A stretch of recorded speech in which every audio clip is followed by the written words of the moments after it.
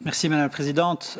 Merci Monsieur Saint-Amand de venir à nouveau, parce que je pense que c'est la deuxième fois que vous venez devant cette commission sur le même sujet. Et donc, ça montre toute la disponibilité que vous faites preuve à notre égard, et je vous en remercie, sur un sujet qui est hyper important et qui peut potentiellement constituer une forme de révolution dans la fiscalité internationale, avec, de fait, peut-être, nous l'espérons, nous verrons aussi à l'autopsie, la fin effective des paradis fiscaux qui n'auront plus de raison d'être ou plus d'intérêt pour aucune entreprise d'un point de vue fiscal. Alors, très rapidement, mes questions sur le premier pilier, qui est celui qui rapportera le moins. On est, si je ne me trompe pas, autour des 25 milliards de recettes estimées. Alors, la manière dont les entreprises, on parle d'une centaine de multinationales, seront sélectionnées n'est pas très claire, et je pense qu'il y a un manque de transparence à ce niveau-là.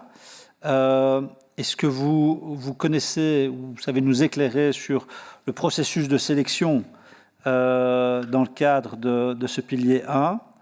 Quels sont les critères précis qui permettront d'opérer cette sélection d'entreprises et qui va en décider en définitive? Est-ce qu'une liste de ces multinationales est déjà disponible et si oui, est-il déjà possible de l'obtenir? Sinon, quand sera-t-elle disponible? Et alors, nous pensons qu'au vu de l'importance de cet accord, encore une fois potentiellement révolutionnaire, nous avons besoin de la plus grande transparence dans les critères de sélection et l'identité des entreprises. Il semblerait qu'Amazon, par exemple, puisse échapper à ce système de taxation. Ce serait surprenant. Et donc voilà, on a besoin d'un maximum de transparence et de clarté sur la sélection eu égard à ce pilier. Alors, concernant le pilier 2, alors, qui devrait rapporter, si je ne me trompe pas, à peu près 3/4 des recettes estimées.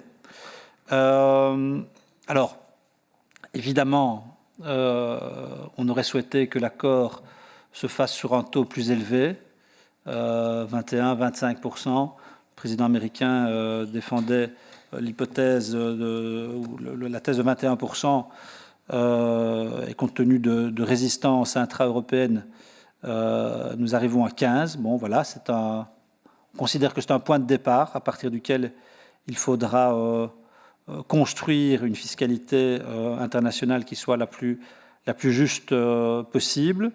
Alors, je voulais vous interroger sur le mécanisme des carve-out que vous avez évoqué. J'ai déjà eu l'occasion d'en débattre avec le ministre des Finances chez nous, parce que nous craignons que derrière ce mécanisme, il y ait un enjeu important qui consisterait à vider la base imposable de sa substance. Voilà. Et si mes informations sont bonnes, l'OCDE publiera le plan définitif sur ce point-là à la fin de ce mois-ci, fin novembre. Et donc, il faudra évidemment y être attentif. Est-ce que vous partagez mes craintes sur le risque qu'il y a à ce que ce mécanisme soit un mécanisme qui, en effet, impose une forme de recul par rapport à cet accord à peine engrangé? Et donc, est-ce que le délai de fin novembre est exact?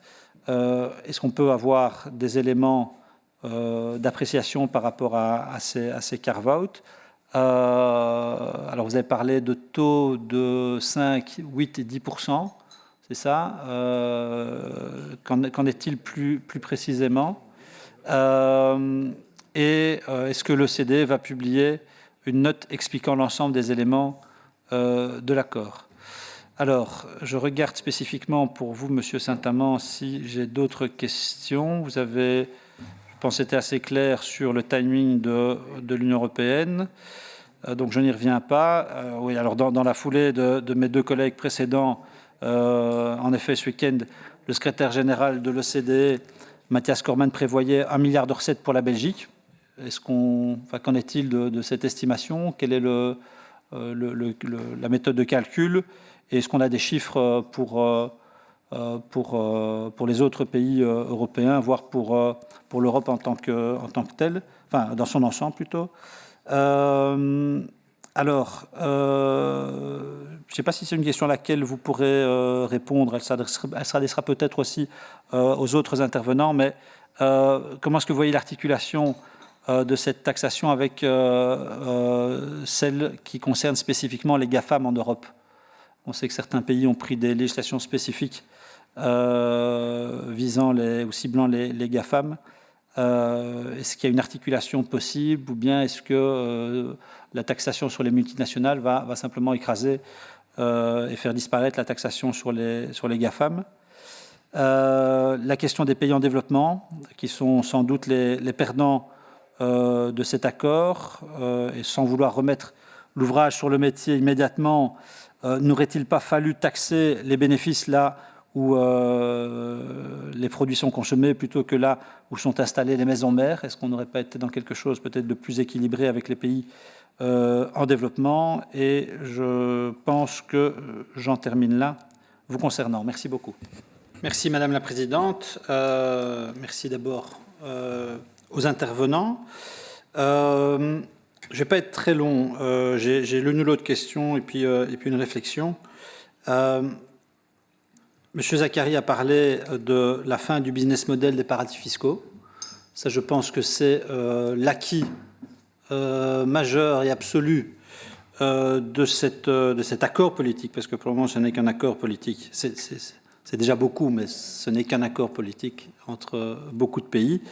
Donc, on attendra de voir la concrétisation, mais en tout cas, cet accord marque la fin du business model des paradis fiscaux et c'est l'acquis. À partir de là, je pense que l'enjeu pour les prochaines années sera de fixer le cap et d'avancer vers ce cap qui, à mon sens, doit viser l'augmentation de ce taux. Puisque, ça a été dit, entre le taux moyen actuel et les 15% qui font l'objet de l'accord, il y a un gap assez important. Et donc, je voudrais savoir si, entre le moment de cet accord et le chemin qu'il faudra parcourir pour essayer d'augmenter ce taux, comment est-ce qu'on évalue le risque d'un ajustement vers le bas, qui agirait comme un effet non désiré, non souhaité de cet accord à 15%. Est-ce qu'en effet, il n'y aura pas un effet d'aubaine pour profiter de l'occasion et baisser des taux qui sont voilà, autour de 20, 22, 23% dans nos pays et les ramener à 15%. Donc comment est-ce qu'on évalue ce risque? Quelle est l'ampleur du risque? Deuxième question concernant la révision dans 7 ans, qui, si je comprends bien, agit comme une forme de clause de rendez-vous. Qu'est-ce qu'on va faire dans 7 ans? Comment est-ce qu'on va évaluer cette réforme? À l'aune de quels critères? Qu'est-ce qu'on va évaluer? Qu'est-ce qu'on va se dire dans 7 ans, en réalité? Et quelles seront les possibilités pour des pays qui sont aujourd'hui signataires de cet accord d'en sortir? Alors j'entends que cet accord va être traduit dans des législations nationales et je présume que chaque pays aura la possibilité de éventuellement revoir ces législations. Mais voilà, est-ce qu'il y a quelque chose qui lie dans le temps des pays qui sont signataires de cet accord aujourd'hui? Et bêtement, je me projette. Quid si, par exemple, Donald Trump revenait au pouvoir aux États-Unis, qui n'est pas une hypothèse tout à fait farfelue? lui qui s'est déjà retiré de nombreux accords pendant les 4 ans de sa présidence. Donc voilà, quelles sont les possibilités de voir à un moment cet accord détricoté et est-ce qu'il y a une forme d'engagement juridique contraignant qui, comment dire, ne permettrait pas aux pays signataires aujourd'hui de s'échapper de cet accord sur base d'une simple déclaration de volonté. Alors, ça c'était pour mes questions. Alors, une petite réflexion, j'ai écouté attentivement ce que M. Batten disait tout à l'heure, et je comprends ce qu'il dit, mais j'ai l'impression qu'il y a quand même quelque chose, si vous me permettez, qui vous échappe un peu, c'est que l'idée de taxer les multinationales, l'idée derrière ce projet, c'est quand même de rétablir une forme de justice fiscale en faveur des travailleurs, mais aussi des PME. L'idée, c'est quand même de... Alors, on considérait, et je peux l'entendre, que les multinationales sont un maillon essentiel dans l'appareil économique d'un pays, mais ce n'est pas pour ça qu'elles doivent s'abstenir de payer de l'impôt et faire reporter l'ensemble de la charge sur les PME. Donc, quand même, la philosophie derrière tout ça, c'est en effet d'augmenter les recettes des États. Et franchement, je pense que c'est légitime, ils en ont besoin. Mais c'est aussi de rétablir une forme d'équité fiscale entre les multinationales et les PME. Et deuxième remarque, je crois aussi que la logique derrière cet accord, qui n'est pas encore pleinement rencontré, et ça a été expliqué par Arnaud Zacharie, c'est quand même une philosophie de réduction de la concurrence fiscale entre les pays. Alors, on ne touche aujourd'hui que les pays à très faible niveau d'imposition, mais la logique, c'est quand même de réduire la concurrence fiscale entre les pays. Et alors, je vous ai entendu à plusieurs reprises dire qu'il faut continuer à attirer les entreprises. Oui, bien entendu, mais pas dans une logique de dumping fiscal.